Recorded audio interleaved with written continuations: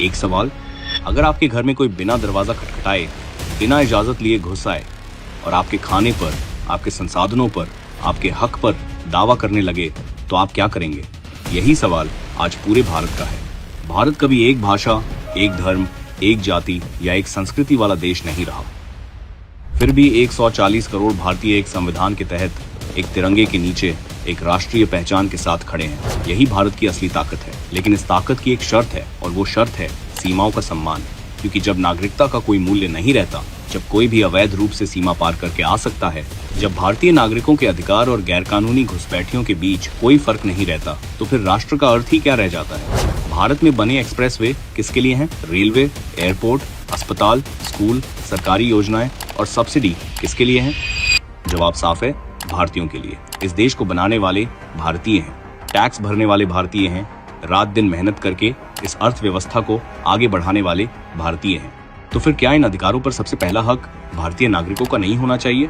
जब अवैध घुसपैठिए भारत में दाखिल होते हैं, वे सिर्फ एक सीमा नहीं पार करते, वे उस व्यवस्था पर बोझ बनते हैं जिसे भारतीयों ने अपने खून पसीने से खड़ा किया है। वर्षों तक देश को यही बताया गया कि घुसपैठ कोई समस्या ही नहीं है, लेकिन अब सच्चाई सामने है। SIR यानी स्पेशल इंटेंसिव रिवीजन के दौरान अकेले बिहार में लगभग 65 लाख संदिग्ध और अमान्य प्रविष्टियां चिन्हित हुई। पश्चिम बंगाल में लगभग 90 लाख नाम हटाए गए, जो राज्य के कुल मतदाताओं का करीब 12% था। जरा सोचिए, सिर्फ 2 राज्यों में 1.5 करोड़ से ज्यादा प्रविष्टियां सवालों के घेरे में। फिर भी कुछ राजनीतिक दल कहते हैं घुसपैठ कोई मुद्दा नहीं। क्यों?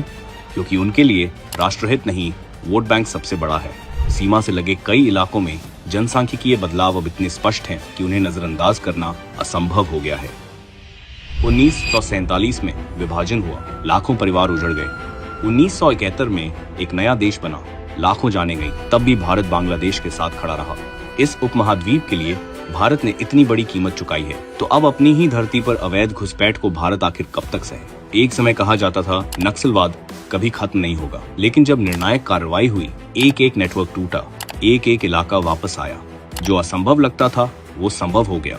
अब वैसी ही लड़ाई अवैध घुसपैठ के खिलाफ चल रही है। 3 शब्द और बिल्कुल साफ संदेश: डिटेक्ट, डिलीट, डिपोर्ट। घुसपैठियों की पहचान करो, सिस्टम से उनके नाम हटाओ, और जिन्हें भारत में रहने का कोई कानूनी अधिकार नहीं, उन्हें वापस भेजो।